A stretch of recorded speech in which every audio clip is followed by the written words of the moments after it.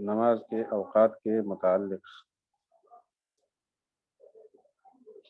یہ بات ہمارے سامنے آئی کہ فجر کی نماز کس وقت پڑھنی مستحب ہے اور زیادہ فضیلت والا کام ہے۔ ایک نظریہ یہ تھا کہ تاریکی میں، مالکی شافعی نظریہ یہی ہے۔ ایک نظریہ یہ تھا کہ روشنی میں، حنفی نظریہ یہی ہے۔ اور تیسرا نظریہ حنبلی نظریہ تھا، جس کو صاحب کتاب نے ذکر نہیں کیا، کہ لوگوں پر ہے،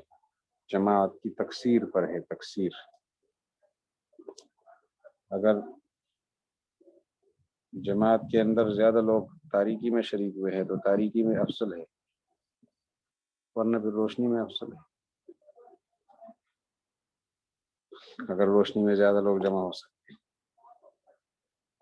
امام طحاوی رحمہ اللہ کا اپنا نقطہ نظر کہ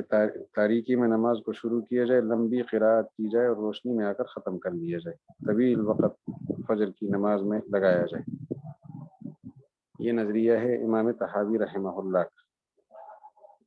اسی پر انہوں نے دلائل پیش کیے تھے۔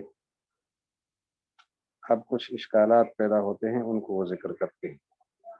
فَإِنْ قَالَ قَائِلٌ، اگر کسی کہنے والے نے کہا اور یہ کہا، فما معنى قول ابن عمر لمغيث بن سمي لما غلس بالفجر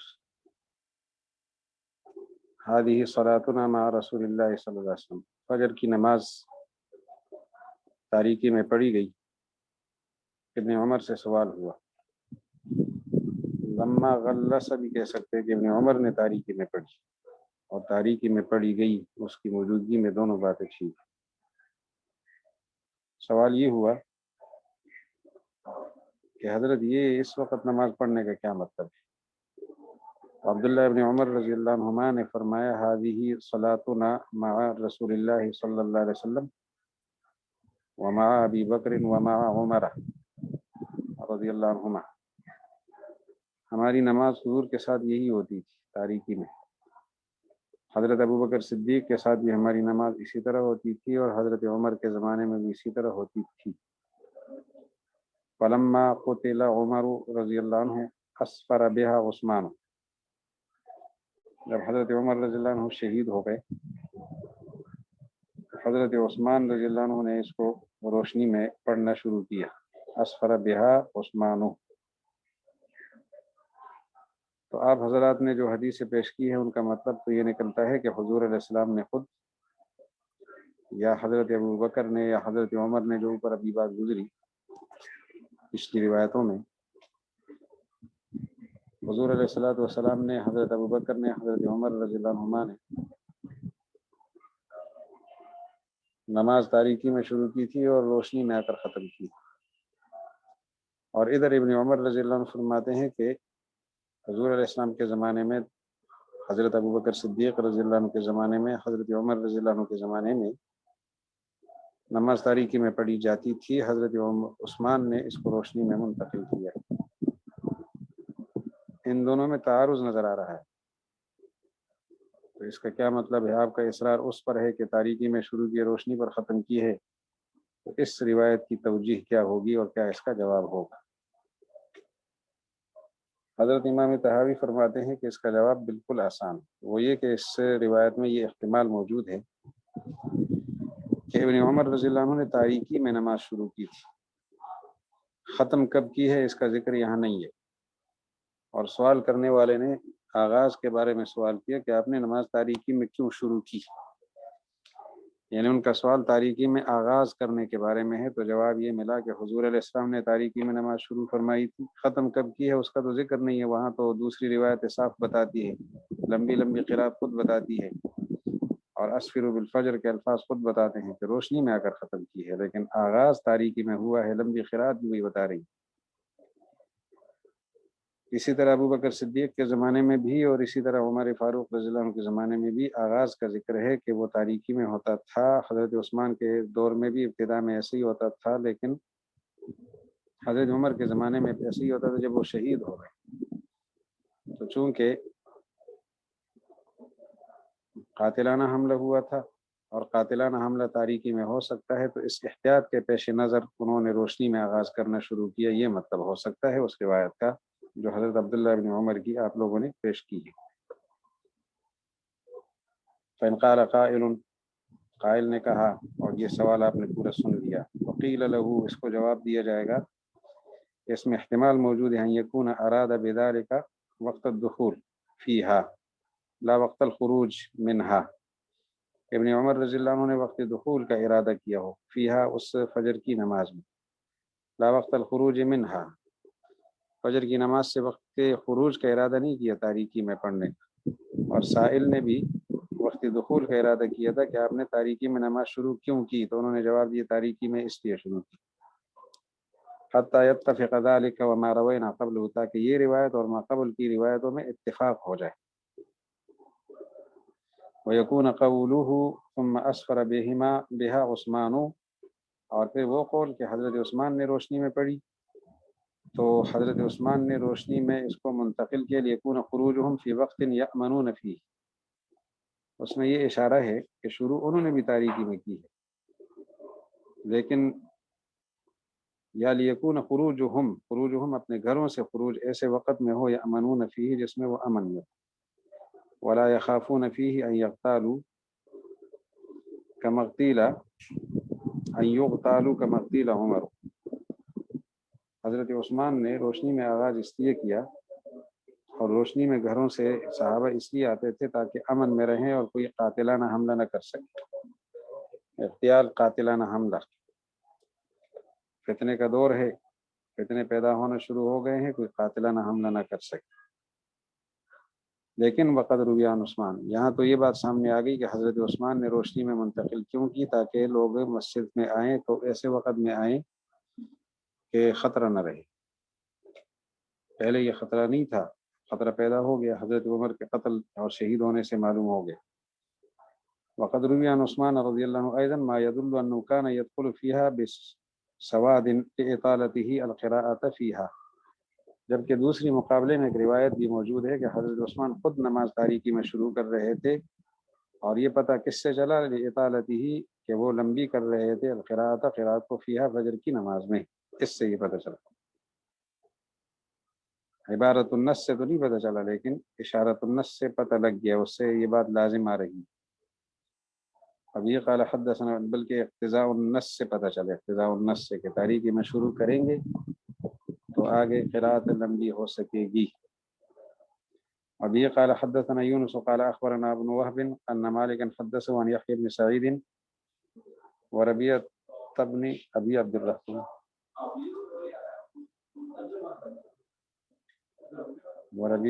الرحمن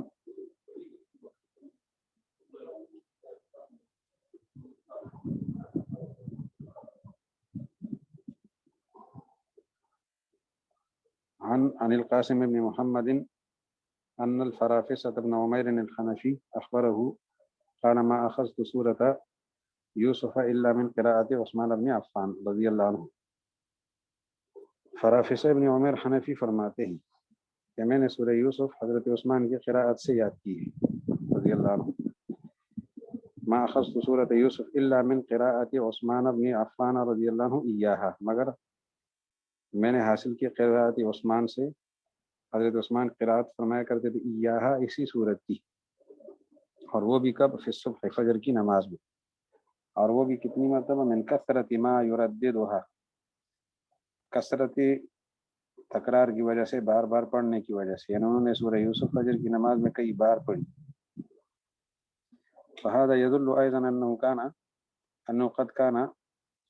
يحذو فيها خذو من كان قبله من الدخول فيها بسواد والخروج منها في حال الاسفار۔ یہ روایت دلالت کرتی ہے کہ حضرت عثمان رضی اللہ عنہ پیروی کرتے تھے، یحذو کا معنی پیروی کر رہے تھے، اتباع کر رہے تھے، اور چل رہے تھے حذو من ان لوگوں کے قدم پر اور ان لوگوں کی روش پر، کان قبلہ جو ان سے پہلے تھے، اور وہ کیا طریقہ کار تھا، من الدخول فیہا بسواد، کہ فجر کی نماز میں وہ تاریکی میں داخل ہو رہے تھے اور فجر کی نماز سے جو نکل رہے تھے روشنی کی حالت میں تھے۔ لمبی قراءت نے یہ بتایا۔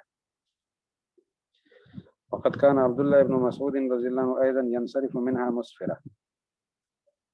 ایک دلیل یہ بھی دیتے ہیں کہ حضرت عبداللہ ابن مسعود جب فجر کی نماز سے لوٹتے تھے تو حالت اسفار میں لوٹتے تھے، روشنی کی حالت میں۔ اس پر دلیل پیش کرتے ہیں۔ اب یہ قال حدثنا فهد قال حدثنا عمر بن حفص قال حدثنا ابي عن الاعمش قال حدثني ابراهيم التيمي حدثني ابراهيم التيمي عن الحارث بن سويد، یہ حارث بن سوید سے ایک روایت، انه كان يصلي مع امامهم في التيم، بنو تیم کی مسجد میں حارث بن سوید نماز پڑھ رہے تھے۔ فيقرأ بهم سورة من المئين، مئین کی صورتوں میں سے ایک صورت پڑھی۔ مئین وہ صورت کہلاتی ہے جو 100 آیتوں والی، وہ صورت کہلاتی ہے جن کی آیتیں کم از کم 100 ہوں۔ ثم يأتي عبداللہ، پھر حضرت عبداللہ ابن مسعود رضی اللہ عنہ تشریف لاتے، فیجدہ فی صلاۃ الفجر، اور ان کو فجر کی نماز میں پا لیتے تھے۔ یہ قال حدثنا ابو الدرداء، اب دوسری سند، یعنی اس میں یہ پتہ چلا کہ مئین والی صورت پڑھتے تھے تو اس سے بھی قرات لمبی ہو گئی اور فجر کی نماز میں تاریکی میں داخل ہونا اور روشنی میں نکلنا ثابت ہوا۔ یہ قال حدثنا ابو الدرداء هاشم بن محمد الانصاری قال حدثنا آدم بن ابی یاس قال حدثنا اسرائیل وقال حدثنا ابو اسحاق عن عبد الرحمن بن یزید، دوسری روایت عبد الرحمن بن یزید سے ہے، وہی عبداللہ بن مسعود کے حوالے سے۔ قال كنا نصلي مع ابن مسعود، ہم ابن مسعود رضی اللہ عنہ کے ساتھ نماز پڑھتے تھے۔ فكان يسفر بصلاة الصبح، صبح کی نماز خوب روشنی میں ادا کرتے تھے۔ فقد عقلنا بهذا، ہم اس سے یہ سمجھ گئے کہ ان عبداللہ كان يسفر، کہ عبداللہ جو ہے وہ روشنی میں نماز پڑھتے تھے۔ فعلمنا بذلك ان خروجه منها كان حينئذ، کہ نماز سے خروج جو ہے وہ اسفار کے وقت ہوگا۔ ولم يذكر في هذه الاحاديث الدخول فيها في اي وقت كان، کہ حضرت عبداللہ ابن مسعود فجر کی نماز میں کس وقت داخل ہوتے تھے اس کا بیان یہاں نہیں ہے، اور خروج کا پتہ چلتا ہے۔ فذلك عندنا واللہ اعلم، اس کا مطلب ہماری نظر میں یہی ہو سکتا ہے، اللہ تعالیٰ بہتر جانتے ہیں۔ علی مثل ما روی عن غیرہ من اصحابہ، جس طرح دیگر صحابہ سے مروی ہے کہ وہ تاریکی میں داخل ہوتے تھے اور روشنی میں نکلتے تھے۔ وقد كان يفعل ايضا مثل هذا على عهد رسول الله صلی اللہ علیہ وسلم، صحابہ کے زمانے میں ایسا ہوتا تھا، حضور کے زمانے میں بھی ایسا ہوتا تھا۔ حضور کے زمانے میں بھی یہ واقعہ ہوا ہے، خود حضور علیہ السلام نے بھی کیا ہے، وہ تو پیچھے گزرا، لیکن حضور کے زمانے میں دوسرے حضرات سے بھی ایسا ہی واقعہ رونما ہوا ہے کہ تاریکی میں آغاز ہوا اور روشنی میں اختتام ہوا صبح کی نماز کا۔ اس پر روایت پیش کرتے ہیں، وبه قال حدثنا اسماعیل بن یحیی المزنی قال حدثنا محمد بن ادریس الشافعی قال اخبرنا سفیان بن عیینہ قال حدثنا عثمان بن ابی سلیمان قال سمعت عراق بن مالک يقول سمعت ابا هريرة رضی اللہ عنہ عنہم یقول قدمت المدینہ، عراق ابن مالک فرماتے ہیں میں نے حضرت ابو ہریرہ سے واقعہ سنا ان کا کہ میں مدینہ منورہ آیا، زمانہ ایسا تھا وہ رسول اللہ صلی اللہ علیہ وسلم بخیبرہ، حضور علیہ السلام خیبر کے مقام پر تھے، مدینہ منورہ میں نہیں تھے، اور میں مدینہ میں حاضر ہوا۔ ابو ہریرہ رضی اللہ عنہ اس وقت خیبر کے مقام، یعنی جس وقت خیبر کا واقعہ ہو رہا تھا اسی موقع پر وہ مدینہ منورہ ہجرت کر کے آئے تھے، اور وہی ان کے مسلمان ہونے کا سال ہے، سن 7 ہجری میں وہ مدینہ منورہ آئے ہیں۔ یہ مطلب نہیں کہ پہلے سے وہ مسلمان تھے اور پتہ نہیں کہاں گئے تھے، ایسا نہیں ہے، مسلمان ہی اسی وقت ہوئے، پھر خیبر میں حضور سے ملے ہیں۔ تو میں مدینہ منورہ آیا، رسول اللہ علیہ السلام خیبر میں تھے۔ پھر آگے فرماتے ہیں اس میں یہ بھی احتمال ہے کہ براہ راست خیبر گئے ہوں، پھر حضور علیہ السلام سے پہلے واپس آئے ہوں، یہ بھی ہے کہ مدینہ منورہ سے ہو کر گئے ہوں، لیکن موقع وہی ہے، مسلمان اسی سال ہوئے۔ ورجل من بنی غفار یؤم الناس، بنو غفار کا ایک شخص لوگوں کو نماز پڑھاتا تھا، حضور علیہ السلام نے اپنا نائب بنایا تھا مدینہ منورہ میں۔ وہ شخص قرآن پاک پڑھ رہا تھا، فسمعته يقرأ في صلاة الصبح في الركعة الأولى بسورة مریم وفي الثانية بويل للمطففين، فجر کی نماز پہلی رکعت میں سورہ مریم پڑھی، 6 رکوع ہیں، اور دوسری رکعت میں ویل للمطففین پڑھی تو اس سے بھی خاصی لمبی قراءت ہو جاتی ہے، اور تاریکی میں مسجد نماز میں داخل ہونا اور روشنی میں نماز سے نکلنا نظر آ رہا ہے۔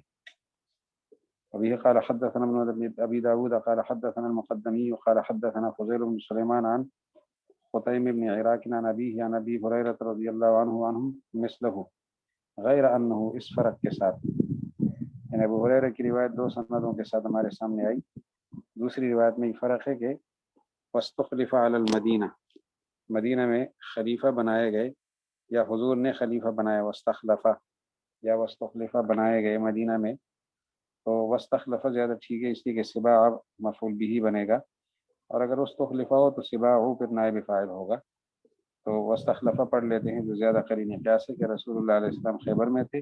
اور انہوں نے اپنا خلیفہ بنایا تھا، مدینہ منورہ میں نائب بنایا تھا سباع ابن عرفطہ کو، سباع ابن عرفطہ بنو غفار خاندان کے تھے، فصلیت خلفہ، میں نے ان کے پیچھے نماز پڑھی۔ فهذا سباع ابن عرفطہ، یہ ہے سباع ابن عرفطہ، قد كان فی عہد رسول اللہ صلی اللہ علیہ وسلم، تھے حضور کے زمانے میں، اور وہ بھی باستخلاف رسول اللہ صلی اللہ علیہ وسلم ایاہو، حضور علیہ السلام کے ان کو نائب بنانے کے ساتھ، ان کو نائب بنانے کی وجہ سے یصلی بالناس، نماز پڑھا رہے تھے صلاۃ الصبح، فجر کی، ہکذا یطیل فی القراءۃ، فیہا القراءۃ، اس میں قراءت اتنی لمبی کر رہے تھے، حتی یصیب فیہا التغلیس والاسفار جمیعا، تاکہ وہ تغلیس اور اسفار دونوں سے پورا حصہ حاصل کر سکے اور دونوں کو پہنچے اور دونوں کو جا لگے۔ وقد روی ایضا عن ابی الدرداء رضی اللہ عنہ من هذا شیء، ابو الدرداء رضی اللہ عنہ سے بھی اس حوالے سے مروی ہے کچھ، کما حدثنا، جس طرح کہ ہمیں بیان کیا احمد بن داود نے، قال حدثنا محمد بن المثنى قال حدثنا عبد الرحمن بن مہدی قال حدثنا معاویہ بن صالح عن ابی الظاہریہ عن جبیر بن نفیر قال صلی بنا معاویہ الصبح بغلس، حضرت معاویہ نے فجر کی نماز تاریکی میں پڑھائی، فقال ابو الدرداء اسفروا بهذه الصلاة، اس نماز کو روشن کرو، فإنه افقہ لکم، یہ تمہارے لیے افقہ ہے، افقہ کا معنی تمہاری سمجھ کو بڑھا دے گا، اور بعض محدثین فرماتے ہیں کہ آخرت کا فکر تمہارے اندر زیادہ پیدا کر دے گا، کیونکہ فقیہ وہ ہے جو آخرت کو سمجھے، آخرت کی تیاری کے حوالے سے، تو یہ تمہارے لیے زیادہ مناسب ہے، افقہ لکم سادہ ترجمہ یوں بھی کر سکتے ہیں۔ پھر آگے انہوں نے گلہ کیا، انما تريدون ان تخلوا بحوائجکم، کیا تمہارا ارادہ یہ ہے کہ تم اپنے کاموں کے لیے فارغ ہو جاؤ، ان تخلوا بحوائجکم، فهذا عندنا والله اعلم من ابی الدرداء، امام طحاوی اب تفسیر شروع کرتے ہیں کہ یہ روایت ہمارے ہاں، اس کا مطلب یوں بنتا ہے ابو الدرداء رضی اللہ عنہ سے، کہ علی انکارہ علیہم ترک المد بالقراءۃ، نماز تاریکی میں پڑھنے پر اعتراض نہیں تھا کہ تاریکی میں تم نے نماز کیوں شروع کی ہے، بلکہ وہ تاریکی میں فارغ ہو گئے تھے، قراءت مختصر کی تھی۔ ابو درداء رضی اللہ عنہ نے اعتراض یہ کیا کہ آپ تاریکی میں شروع کرو لیکن روشنی میں آ کر فارغ ہو جایا کرو، تو ان کا اعتراض یہ تھا کہ تم نے نماز مختصر کیوں پڑھی، تو انکار جو کیا ہے ترک علیہم ترک المد بالقراءۃ، ابو درداء رضی اللہ عنہ سے جو ہم سمجھے علی انکاری علیہم ترک المد بالقراءۃ، انکار اس وجہ سے تھا کہ انہوں نے قراءت کا طول چھوڑ دیا تھا الی وقت الاسفار، وقت اسفار پر تک، کہ آپ نے روشنی تک قراءت لمبی کیوں نہیں کی، لا علی انکاری علیہم وقت الدخول، اس پر انکار نہیں تھا کہ بھئی آپ نے تاریکی میں فیہا دخول فیہا، اس فجر کی نماز میں تم تاریکی میں کیوں داخل ہوئے ہو۔ فلما كان ما روينا عن اصحاب رسول الله صلى الله عليه وسلم هو الاسفار الذي يكون الانصراف من الصلاة فيه مع ما روينا عنهم من اطالة القراءة في تلك الصلاة، جب ہم نے روایت کیا رسول اللہ علیہ وسلم کے صحابہ سے، وہ چیز کیا ہے، وہ ہے اسفار، روشنی میں نماز پڑھنا، الذي يكون الانصراف من الصلاة فيه، روشنی، اسفار، روشنی کہ نماز سے لوٹنا اس اسفار کے وقت، ساتھ ہم نے ان روایتوں کو بھی پیش کیا ہے من اطالت القراءۃ فی تلک الصلاۃ، کہ اس نماز میں قراءت لمبی ہوگی، تو ثبتا، اس سے یہ بات ثابت ہو گئی کہ ان الاسفار بصلاۃ الصبح لا ينبغي لاحد ترکہ، مناسب نہیں ہے کسی کے لیے اس کا ترکہ چھوڑنا، لا ينبغي لاحد ترکہ، اس کا چھوڑنا کسی کے لیے مناسب نہیں ہے کہ اسفار کو چھوڑ دے، وان التغلیس لا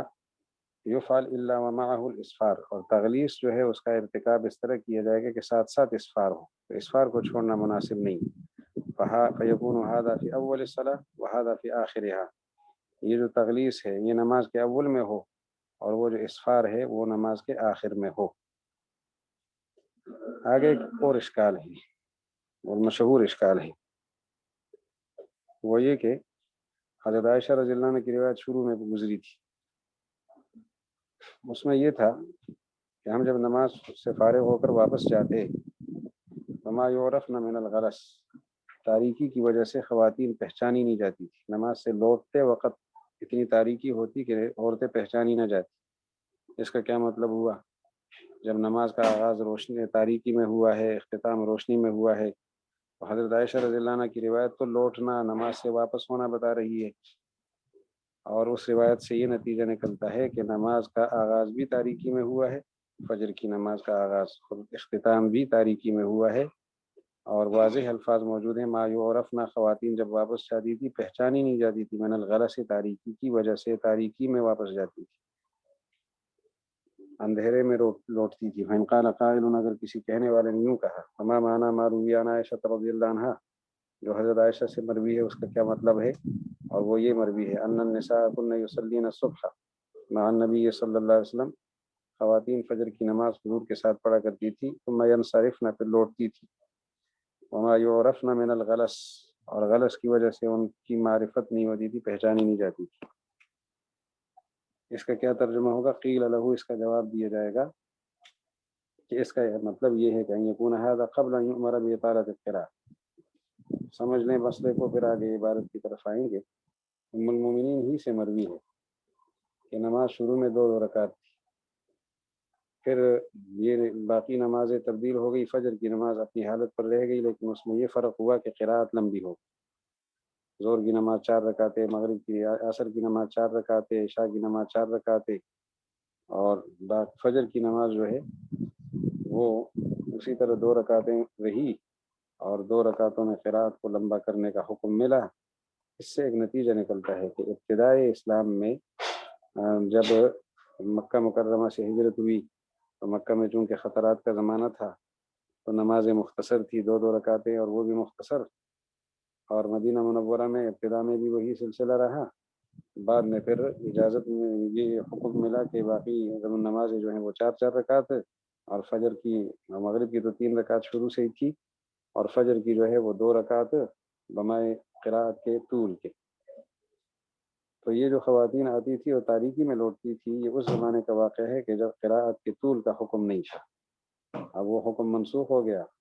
تو نسخ سے پہلے تاریکی میں آتی تھی، تاریکی میں جاتی تھی، نسخ کے بعد تاریکی میں آتی تھی، روشنی میں جاتی تھی۔ قراءت کا طول بتا رہا ہے۔ قیل له يحتمل ان يكون هذا قبل ان يؤمر باطالة القراءة، یہ واقعہ اس زمانے کا ہو کہ جب حکم نہیں دیا گیا تھا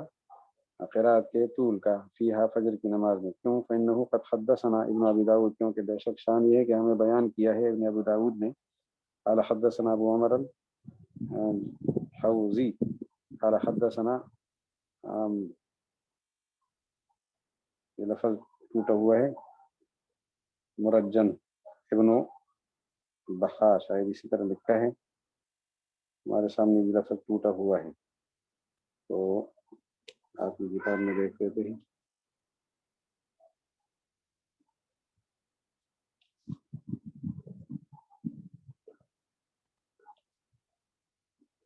ہاں، مرجن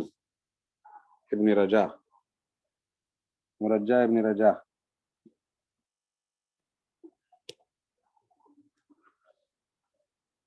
قال حدثنا داود عن الشعبي عن مسروق عن عائشة رضي الله عنها وعنه قالت اول ما فرضت الصلاة رکعتين، شروع میں جو نماز فرض ہوئی 2 رکعتیں تھی، فلما قدم النبي صلی اللہ علیہ وسلم المدینہ، تب وصل الى كل صلاة، ہر نماز کے ساتھ ملایا گیا، مثلها، اس کا مثل، سوائے مغرب کے، کیونکہ وہ پہلے سے طاق تھی، وصلاة الصبح لطول قراءتها، اور فجر کی نماز میں بھی کوئی اضافہ نہیں ہوا کیونکہ اس کے قراءت کو لمبا کیا گیا۔ وکانا اذا سافر عاد الى صلاته الاولى، اور جب حضور سفر فرماتے تو پرانی ترتیب پہ نماز پڑھتے، یعنی جو شروع میں نماز 2 رکعتیں فرض کی، سفر میں 2 رکعتیں ہی پڑھتے تھے، اور فجر کی نماز میں قرات مختصر کر لیتے تھے۔ فاخبرت عائشہ رضی اللہ عنہ فی هذا الحدیث، ام المومنین عائشہ رضی اللہ عنہ نے اس حدیث میں بتایا کہ ان رسول اللہ صلی اللہ علیہ وسلم کان یصلی قبل ان یتم الصلاة علی مثل ما یصلی، نماز جب تک مکمل نہیں ہوئی تھی اس زمانے میں اس طرح پڑھتے تھے جس طرح وہ پڑھتے تھے جب سفر کا دورانیہ ہوتا، یعنی مختصر قرات کرتے تو تاریکی میں فجر میں آتے تھے اور تاریکی میں جاتے تھے۔ وحکم المسافر تخفیف الصلاۃ، اور مسافر کی نماز وہ تخفیف الصلاۃ کی ہے، لیکن ثم احکم بعد ذلك، پھر اس کے بعد حکم لگا دیا گیا فزید فی بعض الصلوات، بعض نمازوں میں اضافہ ہوا، اور فجر کی نماز میں قراءت کے طول کا حکم ملا، بعض میں قراءت کا طول فیجوز واللہ اعلم۔ اس سے یہ نتیجہ نکلتا ہے کہ ممکن ہے، اللہ بہتر جانتا ہے، کہ یکون ما کان یفعل من تغلیسہ بہا، کہ حضور علیہ السلام جو کچھ تغلیس کرتے تھے فجر کی نماز کے ساتھ، یعنی فجر کی نماز کو تاریکی میں پڑھتے تھے اور خواتین اس سے لوٹتی تھی، ولا یعرفن من الغلس، اور تاریکی کی وجہ سے پہچانی نہیں جاتی تھی، کان ذلک فی الوقت الذی، یہ بات اس زمانے کی ہو، کان یصلی ہا فیہ علی ما یصلی علی مثل ما یصلی فیہ الان فی السفر، کہ حضور اس زمانے میں نماز پڑھتے تھے اس وقت کی طرح جس طرح آج کل سفر میں پڑھتے ہیں، تخفیف کے ساتھ، لیکن پھر حکم ملا بإطالۃ القراءۃ فیہا، کہ اس میں قراءت کو دراز کریں، لمبا کریں، وان یکون مفعول فی الحضر بخلاف ما یفعل فی السفر، اور حضور علیہ السلام کی کاروائی حضر میں اور ہو، سفر میں اور ہو، فرق آ گیا، وہ یہ کہ من اطالۃ ہذہ و تخفیف ہذہ، کہ فجر کی نماز جو ہے سفر کے حضر کے دوران لمبی ہوگی اور سفر کے دوران مختصر ہوگی، اور ساتھ ساتھ فرمایا اسفروا بالفجر، اسفروا بالفجر کا معنی یہ ہوگا اطیلوا القراءۃ فیہا، قراءت کو اس میں لمبا کر دو، لیس ذلک علی ان یدخلوا فیہا فی وقت فی آخر وقت الاسفار، اس کا یہ مطلب نہیں ہے اسفروا بالفجر کا کہ فجر کے وقت کے آخر میں نماز میں داخل ہو جاؤ، بلکہ فجر کی نماز کو اتنا لمبا کر دو کہ اسفار میں تم پہنچو، ولیکن یخرجوا منہا فی وقت الاسفار، مطلب یہ ہے کہ اسفار کے وقت میں نماز سے نکلا کرو، داخل ہونے کا بیان نہیں ہے۔ فثبت بذلک، اس سے ثابت ہوا نسخ ما روت عائشہ رضی اللہ عنہ، جو ام المومنین عائشہ رضی اللہ عنہ سے مروی ہے اس کا نسخ ثابت ہوا، نسخ بما ذکرنا، اس چیز کی وجہ سے جو تفصیل ہم نے ذکر کی ہے، ما قد دل علی ذلک ایضا من فعل اصحاب رسول اللہ صلی اللہ علیہ وسلم من بعدہ، اور یہ بھی حضور کے بعد صحابہ کرام نے بھی سفر فی اصابتہم الاسفار، وہ اسفار تک پہنچتے تھے، فی وقت انصرافہم، اپنے لوٹنے کے وقت، منہا فجر کی نماز سے، اور ساتھ ساتھ ان کا اس پر اتفاق بھی تھا، علی ذلک، اسی پر، حتیٰ یہاں تک اتفاق تھا کہ لقد کان ابراہیم النخعی، ابراہیم نخعی ما قد حدثنا، انہوں نے ہمیں روایت بیان کی ہے، ابراہیم نخعی نے وہ بات فرمائی ہے جسے ہمیں بیان کی، ابراہیم نخعی تو بعد میں آئیں گے، پہلے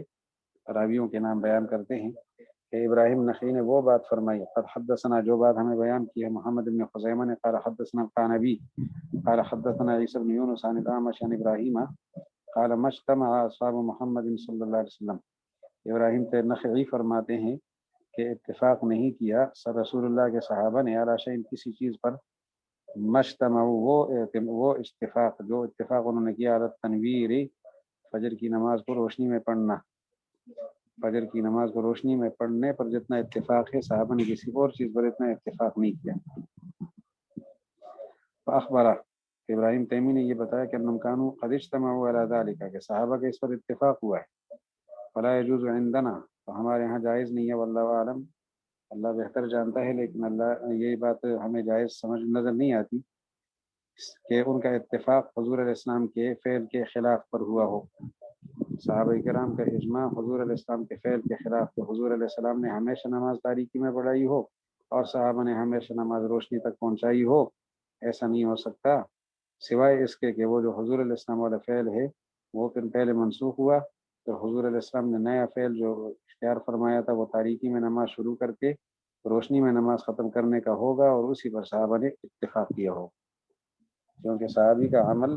جو قیاس سے سمجھ میں نہ آتا ہو، اگر حدیث کے مقابلے پر آ جائے تو وہ جو حدیث اس صحابی کے عمل کے مقابلے پر آ جائے، اور پھر خاص طور پر اجماع کے مقابلے پر آ جائے، تو اس حدیث کو منسوخ سمجھا جائے گا، کیونکہ صحابی غلط چیز پر اجماع عمل بھی نہیں کرتا، اجماع کیسے کر سکتا ہے؟ تو اس لیے فرماتے ہیں فلا یجوز عندنا، ہمارے ہاں جائز نہیں ہے، واللہ عالم کے اتفاق ہوا ہو علی خلاف ما صحابہ کرام کا اتفاق ہوا ہو علی خلاف ما قد کانا رسول اللہ صلی اللہ علیہ وسلم یفعلہ، تشریع کے خلاف پر جو کام رسول اللہ علیہ السلام کیا کرتے تھے، الا بعد نسخ ذلك، مگر تب اتفاق ہو سکتا ہے کہ حضور علیہ السلام والا وہ عمل منسوخ ہو چکا ہو اور خود حضور نے بتایا ہوا ثبوت خلافی ہے، اور اس کا خلاف جو ہے وہ ثبوت خلافی، نسخ ہو چکا پہلا کام اور دوسرا کام اس کے خلاف کا کام ثابت ہوا ہو حضور سے۔ والذی ينبغي الدخول في الفجر في وقت التغلیس والخروج منها في وقت الاسفار على موافقت ما روینا عن رسول اللہ صلی اللہ علیہ وسلم اصحابہ، کہتے ہیں اب نتیجہ نکالتے ہیں آخر میں کہ جو چیز مناسب ہے وہ یہ ہے کہ فجر کی وجہ میں فجر کی نماز میں آدمی داخل ہو تاریکی کے وقت میں، اور جو نکلے تو روشنی کا وقت ہو، اور یہ بات علی موافقت ما روینا، اس حدیث کی موافقت میں کہہ رہا ہوں، حضرت فرماتے ہیں جو ہم نے روایت کی رسول اللہ علیہ السلام سے اور صحابہ سے، اور آخر میں فرماتے یہ قول ابو حنیفہ، ابو یوسف اور محمد بن حسن رحمہم اللہ کا ہے۔ اس میں امام طحاوی سے تسامح ہوا ہے یا ان کو صحیح مذہب ان بزرگوں کا پہنچا نہیں تھا کہ امام محمد، امام ابو حنیفہ، امام ابو یوسف رحمہم اللہ کا نظریہ یہ ہے کہ نماز کو تاریکی میں شروع کر کے روشنی میں ختم کیا جائے، خود تو یہ نتیجہ نکالا ہے اور ان کے ذمہ بھی یہی بات لگائی، جبکہ ان تینوں بزرگوں کا یہ نظریہ نہیں ہے۔ فقہ کی باقی کتابوں سے جو نتیجہ نکلتا ہے وہ یہ کہ ان کے ہاں روشنی میں نماز شروع کرنا ہی افضل ہے۔ تو اب یہاں تک ہم پہنچ گئے، اگلا جو سبق ہے وہ تھوڑا تفصیل طلب ہے، انشاءاللہ کل کر لیں گے، اللہ تعالیٰ مدد فرمائے۔ تو یہ پھر مجھے بتا دیں کہ ہماری تحاوی کا پورا نصاب کتنا ہے، تاکہ اس کے مطابق پھر ہم آگے چلتے رہیں۔